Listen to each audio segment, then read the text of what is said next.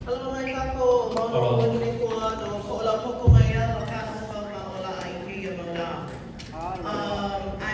It's really interesting because everything that was shown in this elementary course on propaganda that we watched tonight has already been debunked by the awesome Pele Defense Fund and their geothermal forum, where they had a geologist, they had a financial person, they had somebody that lives the effects of Puna Geothermal. So to everybody in here, if you haven't heard any of the awesome things that they're sharing from experts, not just from hired, publics that are here to share with us tonight, then please feel free to go do your homework and look deeper into the effects, not just that are hypothetical for our people, but that are currently happening in Puna. Yes. Number 2, kanawai. You talked about kanawai, which was the magic word for me. Because kanawai takes generations for us to learn, conceptualize, to live. For a government entity to say that you will try your best to understand it is honestly a bigger attempt to bypass a critical building block in the foundation of building trust and integrity with the community.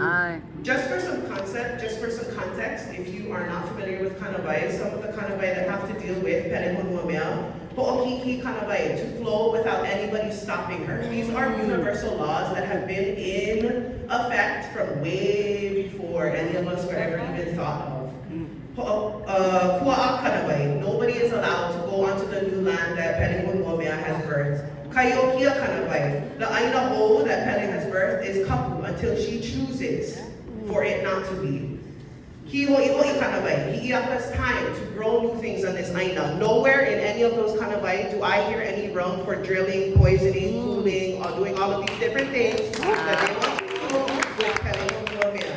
Number 3, you talk about cheaper energy and big profits. Not only will none of that matter if we're all sick and dead, and if all of our Hopuna are going to not be here, because our generation that we are sitting here right now will not continue to go on if we all get sick from all of the after effects of this geothermal.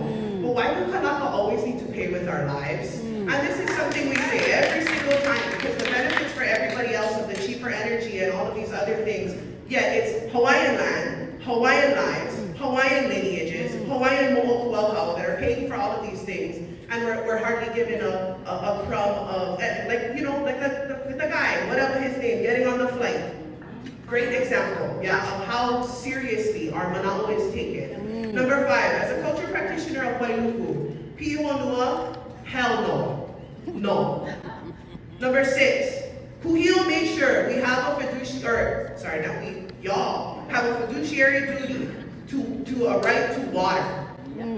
This is going to require so much water, and if DHHL chooses to follow up on that constitutional right to water because of this, and they never this whole other time while we've all been waiting for all of it, that's disrespectful and insulting to all of the Kanaka that have come before us and that are here right now, that are trying to make a living in the illegal occupied world that is Hawaii Pai'aina today.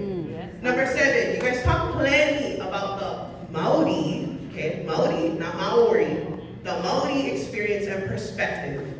Us Tutitas went on a leadership delegation to Aotearoa, to Waitangi Day, their sovereignty day, and we spoke to many of them. And this is for all of us sitting in here to know. This is not accurate representation of what our Maori cousins across the ocean believe and feel and know to be right. I want to share with you guys, there are 2 geothermal plants in Aotearoa. One is on iwi land, which is like our Kanaka. The other one is run by their crown. And which one you think we going to end up with? The Hawaiian run one or the crown or the fake whatever run one? So that's my manako for tonight. Mahalo.